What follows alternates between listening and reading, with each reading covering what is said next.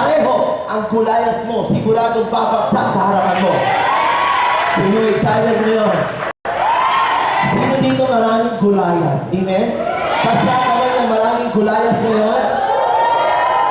Sabi ng isa, kuya, katabi ko yung Goliath ko. Okay? Huwag naman ganyan, mukha lang Goliath yan, pero anak ng Lord yan. Amen? Now, in verse 50, it goes like this.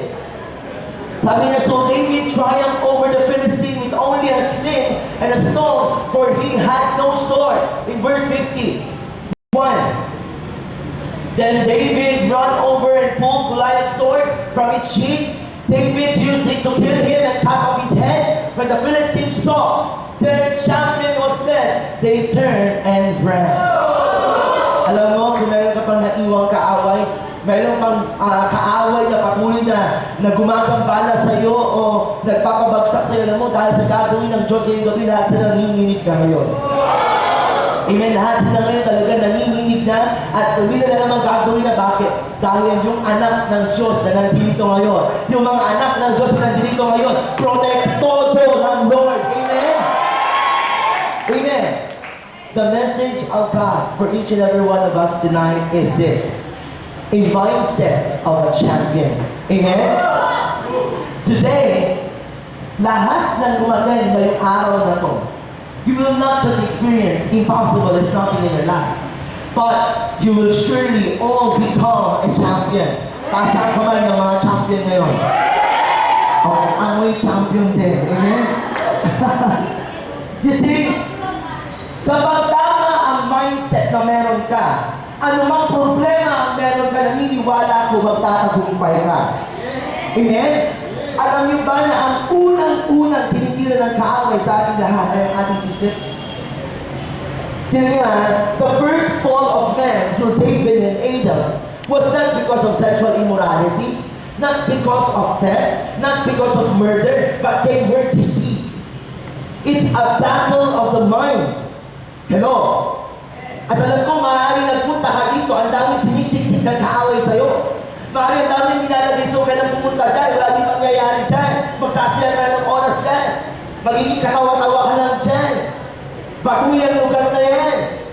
Pero alam mo, hindi ka na tinitigilan lagyan ng mga ganyan bagay. Kasi alam niya, pag nasira niya ang isip mo, sira ka na. But today, God will lift you up. God will bring you up to become a champion. Amen? Amen? Sino excited ngayong araw na to? Who is excited today? You see, having the right mindset can bring you out in a life of defeat and can bring you to a life of victory. Kapag tama ang nasa isip mo, listen to me, kapag tama ang mga bagay na nakalagay sa isip mo, kung dati talunan ka, pues, ngayong araw na to, ikaw na ay magtatagumpay. And I tell you, kapag i-maintain mo ang tamang mindset na yan, kahit anumang oras, kahit anong araw ang lumipas, mananatili kang champion. Listen to me, malapit na ang inyong midterms. O yung iba dito sa inyo, okay, mag-midterms ba lang, o yung iba mag-board exam. Isn't it na ang pumasok sa isip mo, mahirap ang midterm? Mahirap ang board exam. Tignan nyo ang pumasok sa isip mo, mahirap. Can you imagine that? Kaya nangyari tuloy na aburito ka, na pressure ka, na hirapan ka, dahil nilagay mo sa isip mo, mahirap. Tama ba ako? You see, what the mind thinks, the body will achieve. Kung anong nasa isip mo, yan ang nangyayari sa'yo. At alam ko marami tayong problema dito. Alam ko marami kang pinagdadaanan. Maaari ba sa inyo pagod na? Maaari ba sa inyo punong-puno ng hirap sa kalooban? At ang mahirap, ang dami mo ng problema, mali pa ang isip mo. Kaya nangyayari, bumabagsak ka. Tingnan yung quotation na to. Ang sabi ng quotation na to, okay? Babasahin sa inyo. Sabi niya, reality is what we take to be true. What we take to be true is what we believe. Okay? What we believe is based upon our perceptions. What we perceive depends upon what we look for.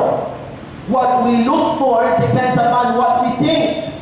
And what depends upon what we perceive. What we perceive determines what we believe, and what we believe determines what we take to be true. And what we take to be true is our reality. In short, kung ano ang pinaniwalaan mo, yan ang mangyayari sa'yo. In short, kung anong hinawakan mo at pinaling mo sa isip mo, yan ang lalabas sa'yo.